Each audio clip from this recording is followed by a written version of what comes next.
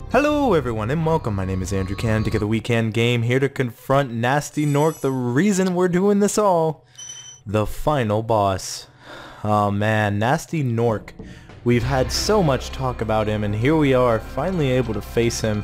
Gnasty Gnorc is a very interesting boss. He's voiced by Michael Go, and Michael does some really good voice work for Gnasty. Gnasty has been described throughout this game as mean, ugly, greedy, and of course, nasty. Now, it's really interesting, Gnasty Gnorc, because his background is kind of, I don't want to say tragic, but it's kind of relatable. I don't know. Basically, Gnasty Gnorc lived peacefully in the dragon world until he saw his eye on the dragon treasure. Now, if you remember very early on in the game, that Gnasty used these treasures to turn into creatures to fight the dragons. Now, Gnasty did this because when he first saw the treasures, he thought they were beautiful. That was until he saw his own reflection in the treasures, which made him realize how ugly he is. So, for revenge, if he was as ugly, all these treasures which he deemed beautiful shall be ugly too. And it's just kind of sad in a way, because I don't know, maybe if he had love and compassion and all that jazz, he wouldn't have been so evil. It's just food for thought.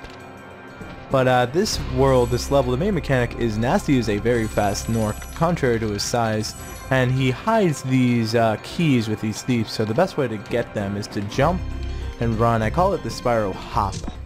To grab these keys from the thieves and just quickly make your way back. Now, if you try to use this key on Gnasty, it is not going to work.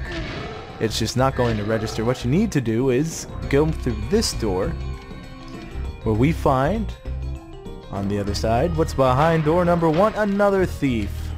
Yes, so we're going to have to quickly do the Spyro hop, cut this guy off, or just miss completely. Get a little bit of the level. So, it's trying to get him all in one go. Come on.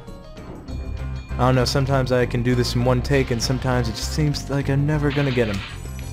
Alright, I had to use the flames. I usually try to grab him on the charge, but I don't want to go through this one yet again, so I'm gonna make sure that I have all the gems collected. Okay. So we're just gonna quickly go through this once more and collect all these treasures.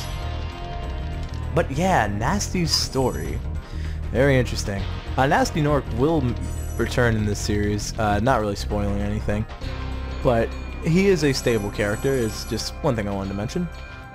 I was curious, what do you think when, if you watch Let's Players regularly, what do you think when Let's Players try to be ambiguous to the other games, or try to be, I guess maybe, they kind of fake knowing what happens to try to keep it spoil free? I'm just kind of curious what your thoughts are on that.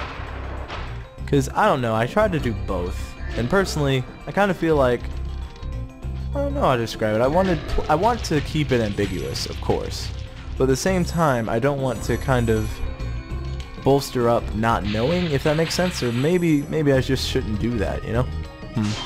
Don't worry, this is just questions I ask myself. But you're gonna want to get these treasures. They're giving us big amounts here because we're almost on that. There's 500 treasure here, so we're gonna have to do this quite fast. So this will probably take 2 times unless you're really skilled and can do it all in one go. It usually takes me twice, but basically, Gnasty, as we see, very fast, already made it to the end of this little thing, this little segment. But to beat Gnasty, you're going to have to do the Spyro skip, where if you hold down the charge and the jump button, you can do this little Spyro skip. I called it the Spyro headbang earlier, because I don't know, it kind of reminded me of that when I was little. I always used to say Spyro's headbanging. I don't know. But, as you see, if you keep doing the Spyro headbang, you'll easily be able to catch up with Gnasty, contrary to his size, very fast. And I don't know, I kind of like that. I like how you can't judge Gnasty because him being big, it's not fair to him, because he can defy that. So I don't know, I kind of find that cool. They didn't go with the conventional things, but this game really does go against the norms of a lot of games. I like games that aren't afraid to make jokes, push the envelope. So what you're going to do now is flame him. He drops a purple gem.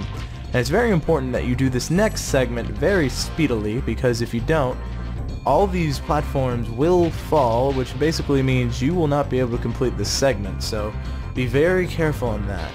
Hopefully you can do this all in one go. triangle button your friend here. Okay. Needing to make it through, needing to make it through, needing... Oh, Jesus. Can I do it? Oh, okay, I did it.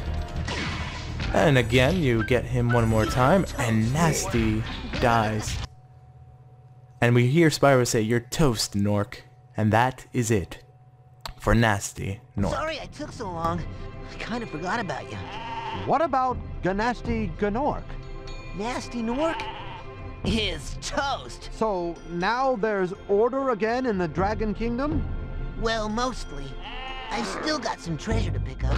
What will you do next? I'd say the sky's the limit. And with that, we'll end it here. Thank you all so much for watching. I hope you had fun.